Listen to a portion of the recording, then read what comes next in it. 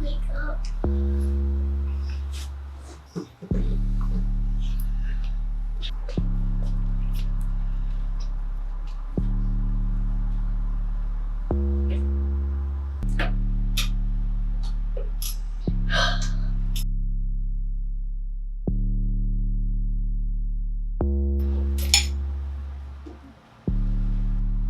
Alicia, wake up.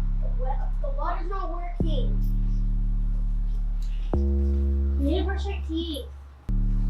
Wake up. Give me a minute. Alright, let me see if we have enough money. Okay, hurry up. I'm thirsty.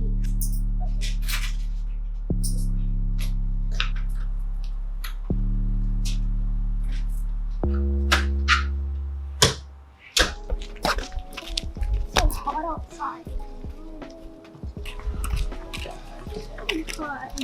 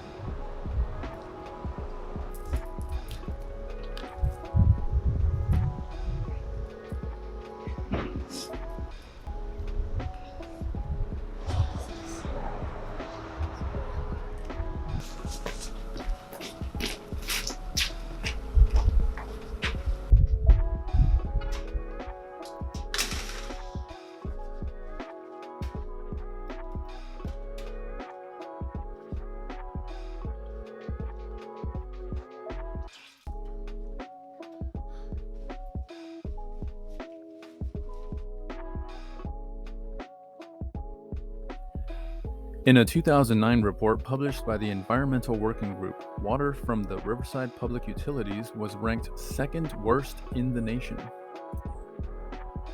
Do you know what is in your water? Your water could contain chemicals linked to causing medical issues such as preterm birth, brain damage, cancer, hormone disruption, nervous system problems, and even fertility problems. According to the Riverside Public Utilities 2021 Water Quality Report, the main chemicals that are regulated by the County of Riverside are listed from arsenic to lead. Unfortunately, chemicals that are not regulated by the Riverside County include perfluorooctanoic acids and other such chemicals that are also linked to causing medical issues. Riverside County water is regulated by federal, state, and local water quality standards. It's further regulated by 3 regional water quality boards for the regions listed here, with each having their own water quality management plan. However, there are water sources like the Colorado River Basin that runs through both public water system areas and Native American land reservations. The 10 Tribes Coalition works to ensure that the tribes' rights to their land reservation are not violated through operation of the river, and that on-reservation water use is maximized by the tribes. The coalition also ensures that the tribes have an equal position in discussions about Colorado River Basin issues. Public water systems tend to service large communities and cities. There's standardized regulation and they're tested for safety. The Division of Drinking Water, or the DDW, oversees it and ensures that the proper testing gets done and reported to state and federal services.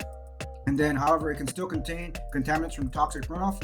And also, federal regulations may still not be enough to protect the people because regulations are more than 20 years old and they haven't been updated for quite a while. Now, moving on to private water systems. Private water systems tend to be small, rural communities. They're not regulated, not controlled. It really just depends on who's the owner of that private well or the private water system to upkeep it. And then no reported data on any contaminants is sent up to federal, state agencies. And also, they tend to impact and affect more socioeconomic, low-income households and families.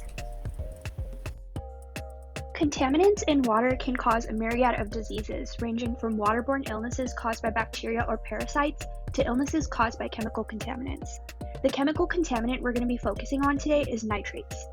Nitrates are a naturally occurring chemical compound that can contaminate water and when ingested in high concentrations can become a cause for concern in terms of human health. One aspect of health that nitrates negatively impact is fetal and infant health. Baby bottles prepared using nitrate-contaminated water can cause blue baby syndrome in infants, a condition in which the baby's skin turns blue due to a lack of oxygen, which occurs because of high concentrations of nitrate. Problems can also be caused for babies in the womb because of nitrate. Being pregnant and drinking nitrate-contaminated water can cause not only possible birth defects in the child, but may even induce early labor, leading to preterm birth. Apart from this, nitrates in the human body can also cause thyroid disease and colon cancer. Nitrates suppress the uptake of iodine in the thyroid, and iodine is used to make hormones.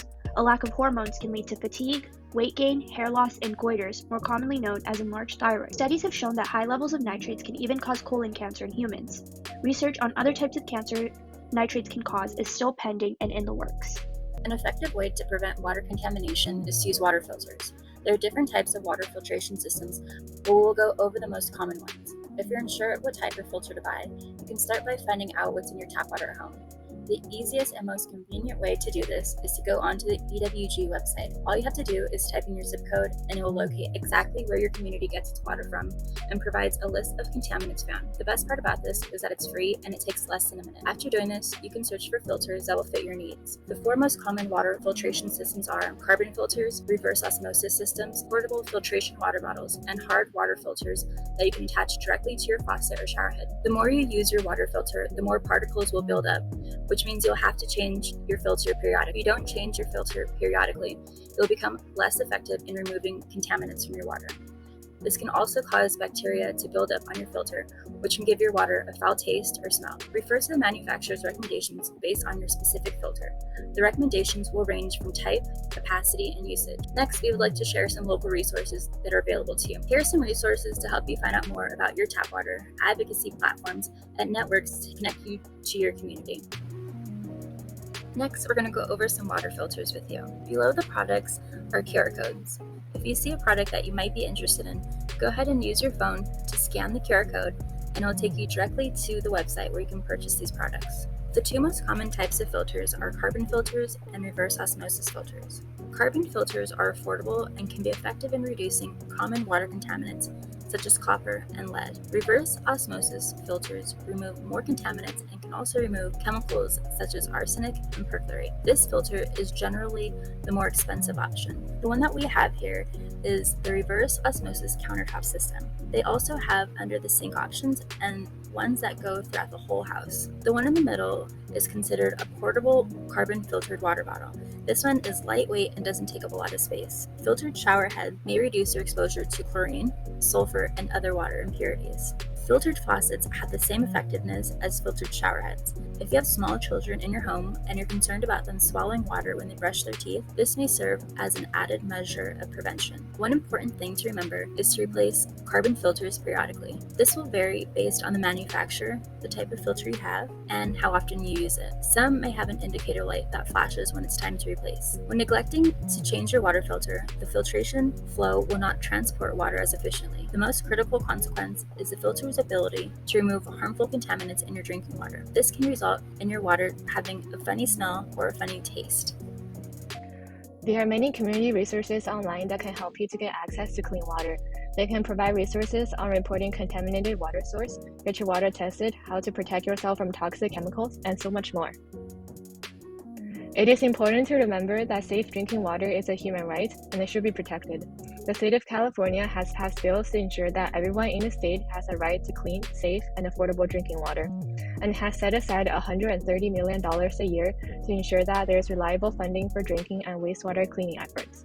So our goal is to achieve appropriate water quality, accessibility, and affordability in the Riverside County, which means that minimizing the exposure and duration to toxic chemicals, reducing the vulnerability to water outage, and establishing the affordability ratio for a family in poverty income.